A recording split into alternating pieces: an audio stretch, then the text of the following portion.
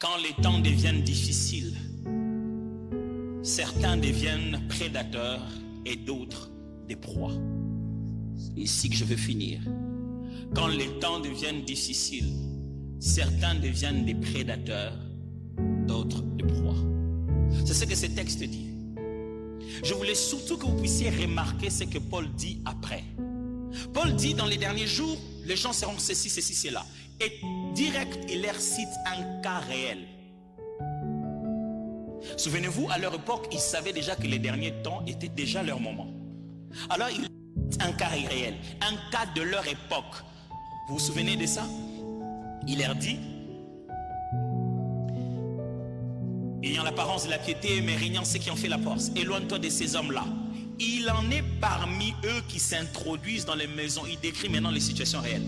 Il parle des gens, les mauvaises personnes, les hommes qui seront mauvais. Maintenant, il traite d'un cas réel de son époque. Quel est ce cas réel de son époque?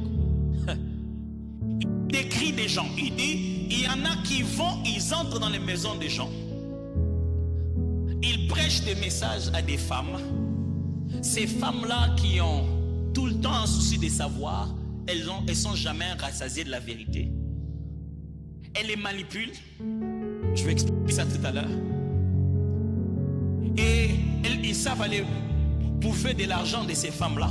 Parce que ces femmes-là, leur faiblesse, c'est qu'elles sont faibles d'esprit à cause de leur passé chargé. Et de leur cœur rempli de passion, désir de ce monde. Et ils détruisent les gens. Dans 1 Timothée chapitre 4, Paul les appelle des faux docteurs. Il n'utilise même pas les mots faux prophètes. Il dit des faux docteurs. Et il dit des faux docteurs pas à cause de mauvais enseignements. Il dit des esprits de séduction, des doctrines des démons, venant des faux docteurs qui ont la marque de la flétrissure dans les cœurs. Paul les appelle pas faux docteurs à cause de leur enseignement qui est biaisé. Il les appelle faux docteurs parce qu'ils ont l'apparence de la piété. Mais ils réunissent ceux qui ont fait la force. Ils enseignent des choses qu'ils ne pratiquent pas. Donc ils auront tout dit devant tout le monde pour que tout le monde croit que c'est vrai. Mais quand tu vas te rapprocher de son milieu, tu entres dans quelque chose d'autre qui n'a rien à voir avec ce qu'il dit devant la chair. Paul donc montre que dans les derniers jours, il y a des prédateurs, des gens qui sont à la quête des esprits faibles et qui va les manipuler. Et il y a des esprits faibles qui seront de proie. Si dans les derniers jours il y a des temps difficiles, il y a des gens pour qui ce sera beaucoup plus difficile que les autres. Quelqu'un me suit? Paul est en train de montrer que dans l'église il y aura des gens qui souffriront beaucoup plus que les autres s'ils sont comme ça. S'ils continuent à rester comme ça, ils vont souffrir plus. Qu'est-ce que lui il appelle des prédateurs ici? Rapidement, Paul les appelle des prédateurs, donc les gens qui vont à la quête de leur proie pour leur faire du mal. Il les appelle des faux docteurs, comme je l'ai dit dans 1 Timothée chapitre 4. Je ne voudrais que personne parmi vous ne soit la proie de celui qui rôde comme un lion. Que même après avoir grondé, crié, le diable ne puisse pas vous arracher au salut éternel que vous avez déjà en Christ. Paul décrit, il dit, dans les derniers jours, il y aura des temps difficiles. Les gens seront emportés par tout vent de doctrine. Certains perdront leur foi. Selon Paul, ici, les proies, ce sont les croyants. Mes amis, ne vous limitez pas à être des simples croyants à l'église. Ne dites pas seulement que vous croyez en Jésus. Vous devez activement vous positionner pour Jésus. Je vois comment les gens se mettent dans l'activisme sur Internet à une vitesse incroyable. Tu parles de noir, il est noir. Tu parles de telle catégorie, il est catégorie. Nous, tu parles même d'une équipe de football, il est. Les gens se peignent de drapeaux sur leur corps. Ils les peignent en drapeaux. Ils se font des tatouages pour montrer qu'ils appartiennent à quelque chose. Ils ont du mal à se tenir devant la vérité. À se tenir devant la vérité en face d'une seule personne. À peine que quelqu'un lui dit, toi aussi tu étais avec lui, hey, je ne l'ai jamais connu. On écrit devant des milliers de gens dans le monde entier. Je suis pour Les problèmes de tel, je suis contre. On montre bien sa position. Mais même en cachette, là où il n'y a personne, juste pour montrer qu'on est de Jésus. Impossible. Est-ce qu'on est vraiment activement avec Jésus ou bien on fait de l'activisme extérieur? Dans les derniers jours, ceux qui ont juste cru seulement, ils ont dit, bon, moi aussi je crois en Jésus, c'est quand même, ils vont souffrir. Parce qu'il va avoir d'autres arguments. Préparez-vous à écouter des arguments, mes frères. Préparez-vous à entendre des gens super intelligents qui vous démontrent que Jésus n'a jamais existé. Préparez-vous à avoir des recherches, à avoir des robots qui vont creuser dans le sous-sol et qui vont vous dire que Jésus n'a pas existé. Et pendant les 10 ans, ils vous auront dit ça. Avant que la vérité ne les rattrape, beaucoup de gens seront perdus. Quelles sont les autres proies? Les familles. La Bible dit, il y a des gens qui entrent dans des familles. Ils entrent dans la maison. Pourquoi? À cette époque, les femmes n'étaient pas très bien éduquées. Elles n'allaient pas à l'école. Ce n'étaient pas celles qui avaient plus d'éducation. C'était les hommes. Voilà qu'est-ce que ces gens-là faisaient. Ils arrivaient, ils savent qu'en public, tu ne peux pas aller côtoyer une femme d'autrui parce qu'il marche avec son mari. Mais quand le mari est au boulot, c'est le meilleur moment où les femmes sont fragiles. Alors ils allaient dans les maisons de femmes parce qu'ils savaient qu'ils n'avaient pas un grand niveau intellectuel. Ils allaient leur parler des choses spirituelles. Et ces femmes se disent, c'est intéressant. Et ils suivaient bien en particulier quel type de femmes. Parce qu'ils avaient reconnu que les femmes n'avaient pas la passion de la connaissance exacte des choses spirituelles. Elles veulent juste entendre, mais elles ne veulent pas maîtriser par elles-mêmes. Quand tu regardes une femme à maîtriser, elle a lu la Bible, tu lui demandes d'étudier les Écritures, elle a l'impression que vous en faites un peu trop. Moi j'ai juste compris, j'ai compris ce que le Seigneur voulait. Non, je mets juste à prier les Seigneurs. Et c'est leur proie. Ils savaient que il faut chercher les femmes. Il faut parler aux femmes. Pourquoi? Parce qu'ils savaient que s'ils obtiennent la femme, le mari, quand il... Tout l'argent de la maison ira dans leur poche. C'est pourquoi jusqu'aujourd'hui, vous voyez des gens, il n'est jamais à 100% garanti de sa délivrance. Il a, pasteur, on a maintenant des gens qui n'ont pas d'église, mais qui ont des cahiers de suivi. Il s'occupe des familles. Il a une famille. Il s'occupe de cette famille. Il est pasteur de quelle église? Cette famille l'appelle pasteur. Et très souvent, il fait des veillées le jour où papa n'est pas là. C'est calculé depuis longtemps, mes amis. Ce n'est pas une affaire de maintenant. Je viens de vous lire des milliers d'années quelqu'un qui est en train de décrire ce qu'on appelle des prophètes des familles. Des évangélistes de veillées au café. C'est pas d'hier, mes frères. Ils ont regardé que les femmes qui aiment les choses spirituelles n'aiment pas la Bible. Ils n'aiment pas lire et comprendre par elles-mêmes. Et ils ont fait deuxième catégorie, les femmes qui ont eu un passé pour lesquelles elles ne se sont pas pardonnées. Un passé chargé. Quand c'est moi je fais la vie, moi je fais beaucoup de choses, je sais pas, le Seigneur seulement ait pitié de nous. Il y a des gens qui, même quand il est à l'église, dès qu'on a dit péché, il a l'impression qu'on parle de lui. Et quand ces gens se rendent compte que dans ta conscience, tu n'es pas garanti de ton passé effacé, ils se mettent à se manipuler. Ils vont chercher les jeunes dames qui ont pas de mari à la maison, mais qui ont des moyens et qui regrettent quelque chose au fond d'elle. Si on vérifie qu'elle est divorcée, c'est encore fantastique. On entra dans les prières. Mes frères, mes sœurs, on vous a fait entrer des prières difficiles. Vous allez avoir des temps difficiles. Vous irez sur une montagne, vous descendrez sur une autre, parce que vous n'avez pas cru que le sang de Jésus est suffisamment capable d'effacer votre passé et de vous accorder un avenir éternel.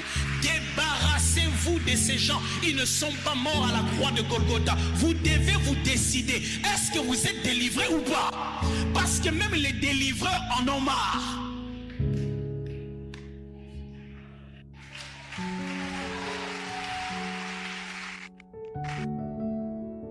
Ces genres de femmes-là, elles ont toujours un problème. Elles sont en quête d'une autre tendance. Quand il va chez celui-ci, il a prophétisé la même chose. Il va chez l'autre, il prophétise la même chose. Tout le monde lui prophétise la même chose, mais elle ne fait rien entre-temps. Elle ne fait que côté les prophètes. Ce prophète-là, il est fort. Hein? Il m'a prophétisé exactement la même chose que l'autre. Entre-temps, tu as fait quoi? Pasteurs se disent, ces derniers temps, les tendances, ces derniers temps, je vais les lancer. Et ce sont elles, puisque comment on appelle ça, à la recherche, elles ne sont jamais satisfaites. Mon frère, ma soeur, si tu ne peux pas t'asseoir et te rassurer de l'assurance de ton salut, et te rassurer que quand Christ viendra, il va te prendre, c'est que tu vas vivre des temps difficiles. Tu deviens la proie de l'ennemi quand tu n'es pas rassuré de ton salut.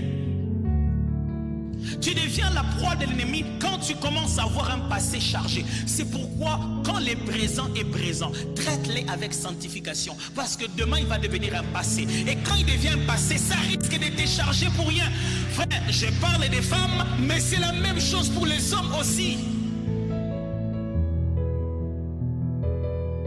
Combien de gens qui viennent à l'église aujourd'hui ne savent-ils pas tous que la source de leurs problèmes, c'est leurs parents? Ils ont fait des incantations.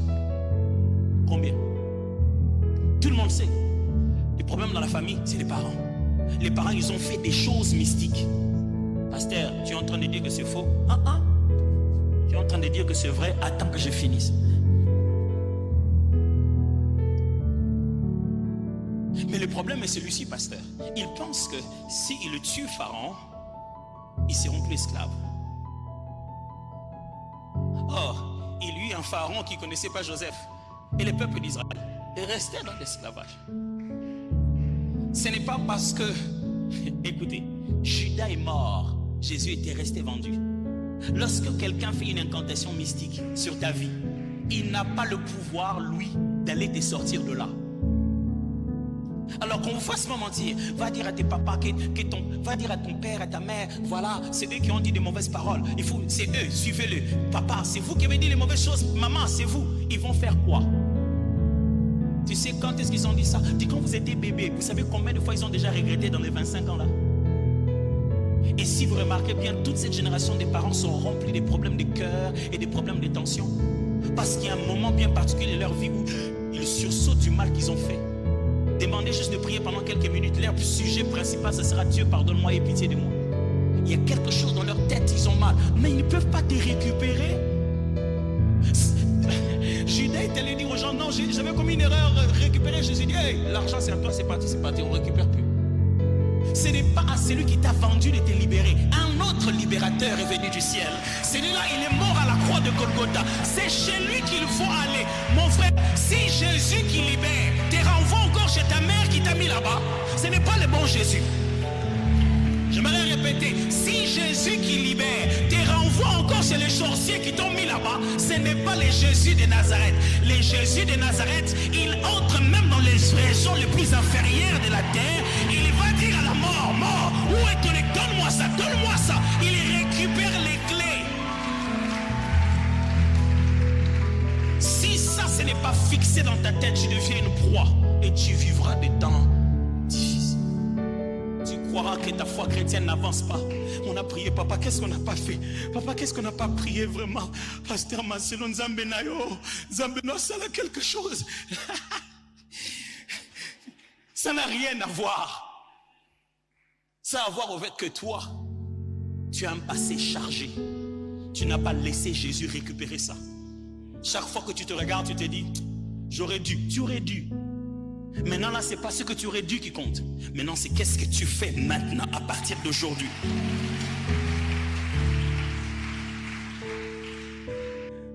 Mes amis, j'ai vu des gens investir dans des choses. Ils ne sont pas encore arrivés. Un chrétien est arrivé. Nous sommes dans le royaume. Le royaume est au milieu de nous. Tu ne dois pas vivre tout le temps comme si tu es en train de chercher une autre vérité. Il n'y a pas une autre vérité. Nous étions des pécheurs. Christ est mort à la croix pour nous. Et quiconque croit en lui est devenu enfant de Dieu. Et c'est dans ce parcours que le Saint-Esprit t'enseigne, te mûrit et te fait grandir. Il n'y a pas une vérité élevée à connaître. Si tu penses que tu n'as pas encore entendu la grande vérité, tu vivras des temps difficile. Arrêtez d'être de proie. Ne laissez personne se servir de vous. Ces gens-là, vous savez ce qu'ils faisaient? Après avoir pris des places dans la vie de ces femmes-là, après, ça devenait grave. Elle allait près de ces femmes, elle prenait de l'argent de la famille, et puis ça devenait pire, ça devenait sexuel. Ils étaient venus au début au nom de l'évangile, d'une vérité quelconque. Quelqu'un qui t'a prescrit des pilules, mais il faut chaque fois que tu ailles chez lui pour qu'il puisse te mettre ça dans la bouche, c'est que tu es un bébé. Bébé, si les choses de l'esprit, on doit te l'administrer chaque fois, c'est que tu n'as pas grandi. Quand tu as grandi, on te fait des prescriptions. C'est ce que je suis en train de faire. Tu prends, tu ramènes à la maison. Tu sais comment respecter la prescription. Si chaque fois je dois te l'administrer moi-même, c'est que je ne sais pas sûr de comment tu pourras recevoir ça. Mes amis, on ne peut rien faire contre ça. Il y aura des temps difficiles. La seule chose qu'on puisse faire, c'est que Paul a dit à Timothée, des gens comme ça, éloigne-toi d'eux. Et Gwen le montre très bien. Il dit, éloigne-toi d'eux et éloigne-les de l'église.